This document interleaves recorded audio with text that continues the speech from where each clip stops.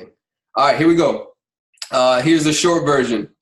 Yahuah's, holidays, feast days, set apart, appointed days, Moedim, however you want to say it, for 2020. I'm going to share my screen. We're going to look at the moon giant, and Brother D-Rail had wrote down. We just finished doing a long version of figuring all this out. D-Rail had the date. So D-Rail, start us off. When is first of all, the equal day, equal night happens March 16th. 16th.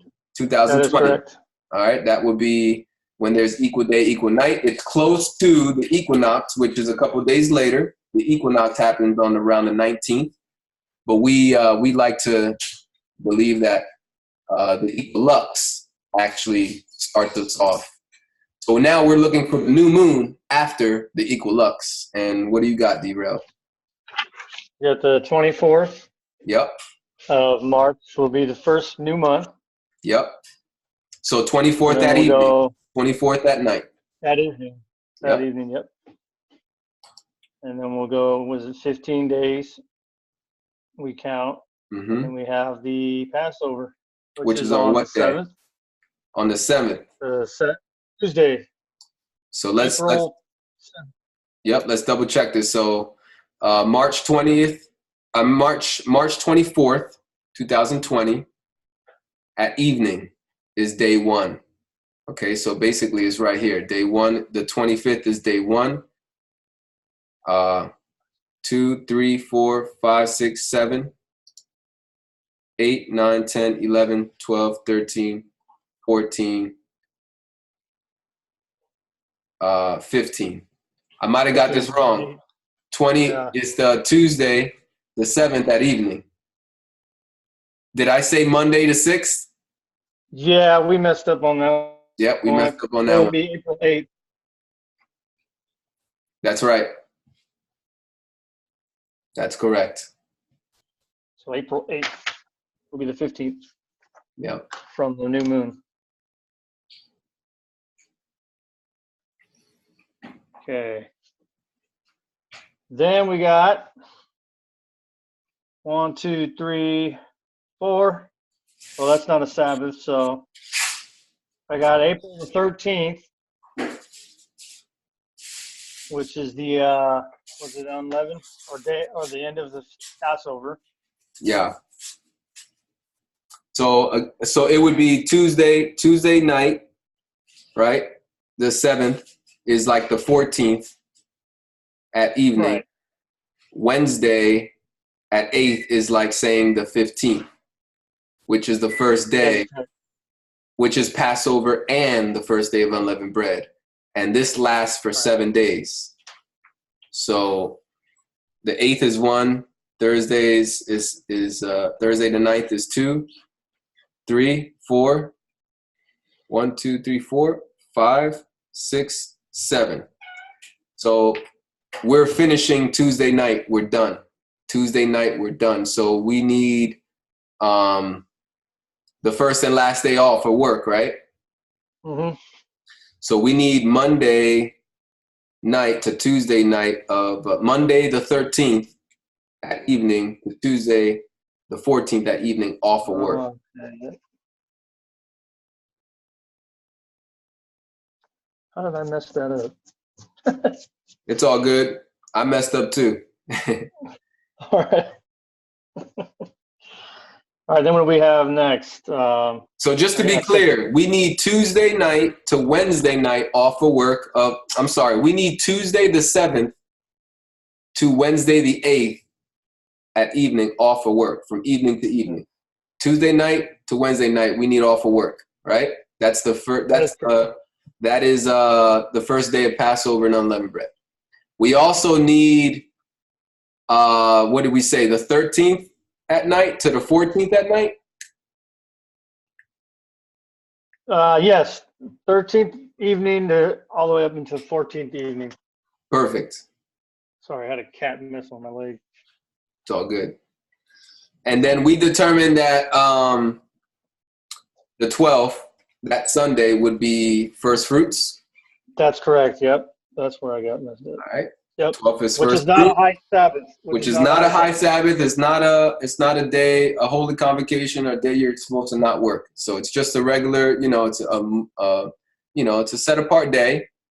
It's definitely something to remember. But now we're looking for the next holiday. We're looking for is Pentecost or Feast of Weeks or Shavuot. I think some people the Hebrew word for it, which is May, right? Yeah, I got. Yep. No. Yep. Down at the bottom, May 31st. May 30th or 31st, yeah. 31st, because it's the day after the 7th Sabbath. So 7 times 7 is 49. 7 Sabbaths. 7 Sabbaths is 7 weeks, which is 49 days. The day after that day, which is a Sunday, or the first day of the week, which is when the disciples discovered that Yahuah was resurrected and gone. And that is an actual high Sabbath and feast. That's a high Sabbath and a feast? Yes. And a feast definitely is a feast. Feast of Weeks. Yep, Feast of Weeks. Holy Convocation. Yep. Leviticus chapter 23. It says right here, verse 20. I'm not reading anything about a Sabbath, though. Leviticus 23, verse 21, it says, and you shall proclaim the same day that is a holy convocation to you. You shall do no customary work on it. It shall be a statute forever in all your dwellings throughout your generations. No customary work. You're not allowed to work. All right? Oh, where's it at? On verse 21? Yep. Okay. So it's a double Shabbat. Yes, sir. All right. Now, what's the next one? If you have to work on those days, you want to take those days off. You have to work Sunday. Yep. Next one. The next one I have is trumpets. Trumpets, that is right. Yep. Oh, no. Yep. Day of Atonement. Yep. Where is that at? That is on the 26th and Saturday into Sunday. Oh, September. My apologies. September 26th. Oh, I got the 18th over here. No, that's not correct. Yeah, there it is, the 17th, which is technically the 18th. Yeah, so 17th at evening we'll see the new moon, right? So 17th at night is day 1. That's the trumpets. That's right. That's trumpets. Okay. So you need the 17th night to the 18th night off of work. Yep. Evening to evening. Then we have Day of Atonement, which is the 26th evening into the 27th evening. So Saturday evening into Sunday evening. All right, so double Shabbat that weekend. No working on Saturday and no working on Sunday until the sun goes down on Sunday. When the sun goes down on Sunday, we're good to go out and shop and buy and work. That's right. Then we have the Feast of Tabernacles or Feast of Booths, Sukkot, which falls on October Thursday the 1st into the 2nd. So Thursday evening into Friday evening. Yep. So you have to take the days off. You take Thursday evening into Friday evening. Yep. So, correct. Thursday evening into Friday evening off of work. October 1st. Into the 2nd. Yep. And the same for the next week, right? Yeah. Yes, that is correct. We have the End of Atonement, which is the 8th into the 9th of October. So you want to take those evenings off in between Tuesday and Friday. Radical. Anything else? Nope. That's it. And we can keep on doing this to figure out the next. We can figure out the next 10 years if we wanted to right now by doing everything I just showed you. But I'm tired. Exactly. So we're going to end there. We got 2020 on the books, and we can make the announcements. Send your vacation days into work. That's right. For those of you who need to give a big heads up, you can do it. Yep. Do it. If we didn't have I'll be honest, if we didn't have these websites, you'd have to wait until the equinox happens. And even then, you know, I don't know how to be able to determine the dates. That's why some people go to these other calendars, because they're able to set dates ahead of time rather than waiting for an observation of the moon. Yeah, it's more convenient. It's more convenient. But I don't believe Yahuah wants things to be convenient. I believe Yahuah wants us to be alert and watchful and praying and watching and looking for the signs. I don't believe Yahuah, you know, was giving us dates, you know, for his appointed times, you know. I believe, like you're saying, I believe he does this. He also doesn't confuse us, but I also believe he wants us to search him out. So that's another way. We're searching his days out. We're also searching out him. Mm-hmm. If that makes any sense at all. We're you know, we're putting our effort into him. Yeah. Things of that nature. Yeah. I don't believe that Yahuah was giving us, he does give us dates. I just want to rephrase myself. But he wasn't giving us like which days of the week, you know, every single year, these certain appointed times were going to happen. You know what I mean? Except for some of them, obviously the 7th day Shabbat. That's obviously that's the 7th day of the week. You know, and then the first fruits is on the day after the Sabbath. So that's pretty consistent. But the other days are all about the numbers of the month, not necessarily the number of the week. I hope that makes sense. Yahuah didn't give us the number of the week for a lot of these holidays. He gave us the number of the month.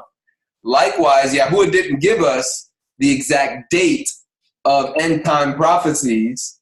He's given us signs, things to look for, the moon turning to blood, right? An eclipse, or stars falling from the heavens, or the moon turning to blood, or the sun going dark. These are all signs. Not that Yahuah is saying, hey, in the year 2025, in the 7th month, on the 3rd day of the first week, he's not doing that. No man knows the day or the hour.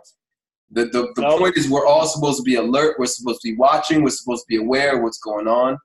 And so, but we are fortunate to live in an age of technology where people have mapped out the calculations. And I believe there's a way to figure it out. I just haven't done it. I guarantee if I could learn the science and the mathematics behind how these websites calculate, if they know it, we should be able to know it. There's a calculation.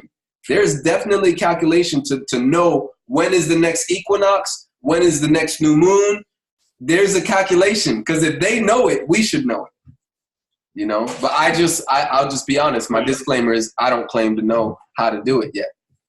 All right. So if all the internet was to shut off, if all electronics were to just shut down, I would not know how to get a big heads up of when the holidays are. But I'm sure I would be able to figure out a sundial, putting a stick up, making some lines, some 12 parts, and I would be able to observe, you know, 12, you know, or we would have at least clocks, some type of clock where I can see how long a day lasts and see when the day reaches about 12 hours. You know? You see the shadows and how long they would get too as well. Yeah. From last time when they were at that point, how long was the shadow? See, here's the thing about a sundial versus time. So the thing with a sundial, that's not going by seconds and minutes. The sundial could go really quick, really fast. There's times throughout the year where the sundial goes a lot faster or slower, right? The thing about us having the clocks and the times is we're actually able to see that the amount of time that it's light outside is equal to the amount of darkness that is outside. That you can do with a clock. I'm not sure you can do that with a sundial, because I think sundials are showing you where the shadow is in the part of day. But throughout the year, it's going. Sometimes it goes fast. It goes through those parts real quick because the day is short. sometimes it goes a little long, you know. Yeah.